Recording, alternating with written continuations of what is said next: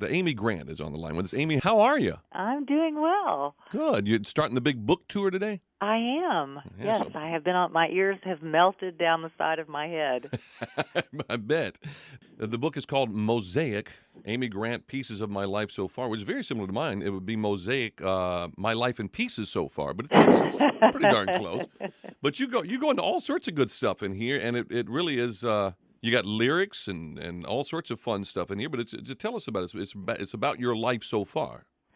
Right. It's not a traditional autobiography. That actually didn't even sound interesting to me to try to write. But I was offered a book deal by Waterbrook, which is a division of Random House.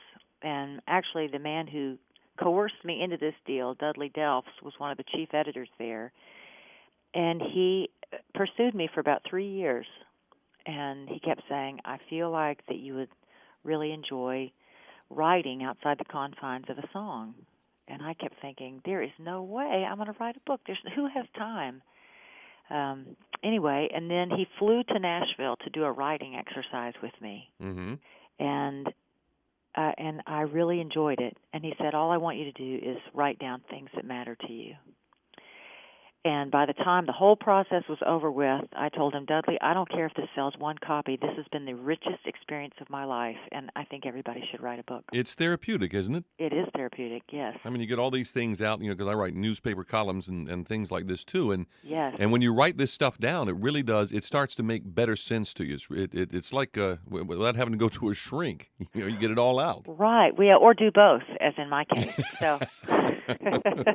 I was looking. You got some great pictures in here too. There's one of your mom and dad today, and now I see where you get your good look. You and she look very much alike. Oh, you're kind. Thank you. I have 3 sisters, and one looks more like my mother. One of my older sisters. Oh, does she? Okay. But you're right. My mom, great bones. Yeah, no kidding. She really does look nice. But you got all sorts of pictures from your days at Harpeth Hall here in Nashville, and babies and young families, and it's a lot of fun. Oh, thank you. When you started writing this, did you start to get afraid that you were going to put too much out there for people to know about you? There's some things. Well, maybe I don't need to write about that. The polar opposite was true. I was so overwhelmed by the thought that I had to fill a few hundred pages, and of course Vince would tell me goodbye every day that I would go to write out to this solitary place, but I wouldn't let him say the word book because that really made me nauseated. So he was so cute. He would start off and say, "Baby, are you going to go work on your flyer today?"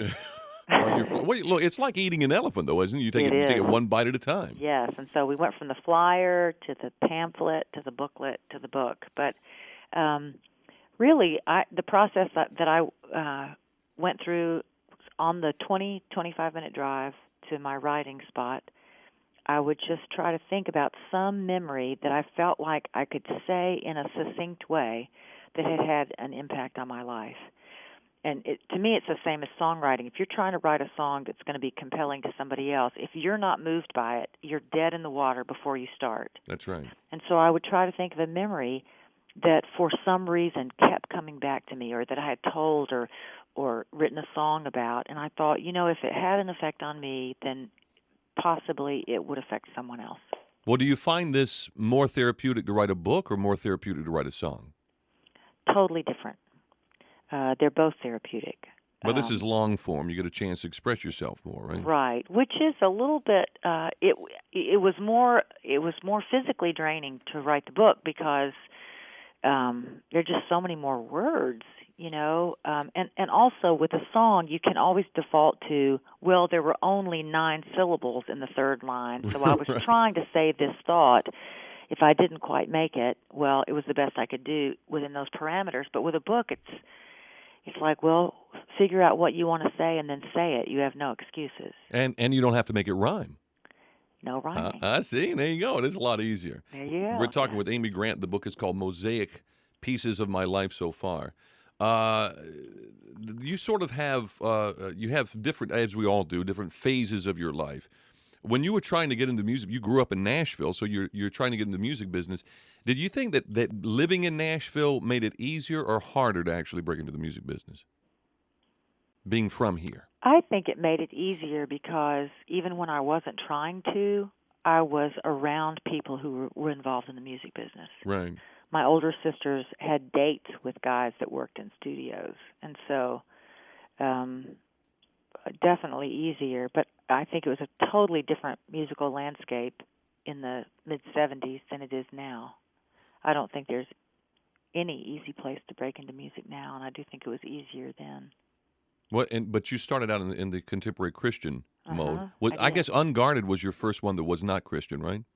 It just had there was a song on there that A&M Records pitched to mainstream that had some success. Yeah, I remember that very well. You had what was it, the leopard skin jacket or whatever that thing was? Is that right? Yeah, I did. Yeah.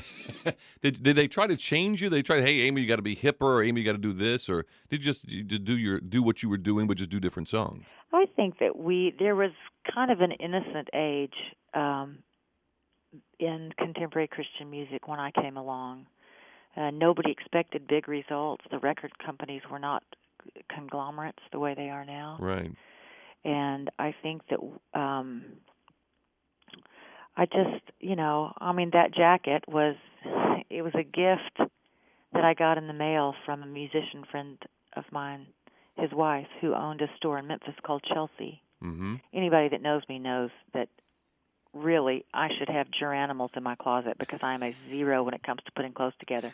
I'll ask Vince, do these shoes go with this? Right. And so anything I've ever appeared in that looked decent, somebody else picked it out. Somebody else did it. Yeah, but Kay Brignadello sent me this jacket, and I thought, wow, that is really cute. And so, I wore it for a year, and it wound up on a record cover. Yeah, well, you're like me. I get something I like, and I wear it over and over again. And my wife says, you need to throw that out. And I said, well, I've had it for 20 years. I still like it, as long as it's not worn out. That's how you identify the year in the photo albums. You say, oh, that was the yellow shirt year. Must have been 1983. Well, I've got some pictures with each of my boys, and the oldest one's almost 15 now. But I've still got shirts that I wore when they were little babies. When you'd see me hold them, we'll bring out these pictures. She says, "You're still wearing that." I get used to stuff. Yeah. Are you that kind of person that you get used to Absolutely. things around you and your home and everything Yes. like you want it? Yeah. Yes. This is funny when you mention clothes because really during the height of sort of the boon years at A&M for me were the early to mid-'90s. And there were several really nice dinners all across the country, and I had this dress that I really liked. And the art director came up to me one time and said, we've been to 5 dinners, and 4 of those dinners you have worn the exact same dress. Are you aware of this? And I said, that's what makes it a favorite dress. That's right. And he said, I would suggest a change in wardrobe. And I thought, it's just Come all on. in your perspective. Well, it's like they think you have to wear. The people are looking at you for the fashion magazines and for people and stuff like this. You got to wear something different every time. But Right. Well, I do think that is an aspect of our celebrity culture, but it just is an aspect that I involve myself as little as possible. Well, I mean, you've never been one to put on airs. And I remember when we were doing music radio, Johnny B and I were dispatched to you. What was it, Johnny B? We were doing I think we had a card for Lucy or something, didn't we? That we wanted to sign. Yeah, we had a big card for that was Yeah, signed for by Lucille Ball, who Westwood. was Right. sick of it. That's right. We came out in this old RV we used to call Big Mo, and the thing was smoking to beat the band, and we got rung in. We came driving. I'm so embarrassed to be driving this thing to start with out there. And our boss, you had a detached retina. You remember that? Right. And sure. and you'd had eye surgery and you had a patch and all this stuff. And he says, "Be sure to get a picture with her now." I said, "She's not going to want a picture with us. We're looking like this." So we came out there and the RV smoked up your whole yard and everything. And we got out and talked to you for a little bit. I think we had you sign that card that we brought. I can't remember what it was, but you were so gracious then and so unassuming. And I think that's what people remember about She you. got high off the exhaust, I think. I was saying I was probably heavily drugged in the wake of surgery. I remember you had a lot of signatures on that card. Yes. Of the La Cage aux Folles, remember all the male Oh, I'd forgotten about the female that. impersonators That's in right. Nashville that were so funny. I mean, that was a really diverse card. It was. I wonder whatever happened to that thing. Is there any place they can go to find out where you're going to be? Is it Amy? They go to amygrant.com? I would do that, yes. Okay. So we appreciate you being on with us. It's Mosaic Pieces of My Life So Far by Amy Grant. We wish you the best of luck with the book, Amy. Thank you so much, Phil. Good to hear from you. Thank you. Good to hear from you, too.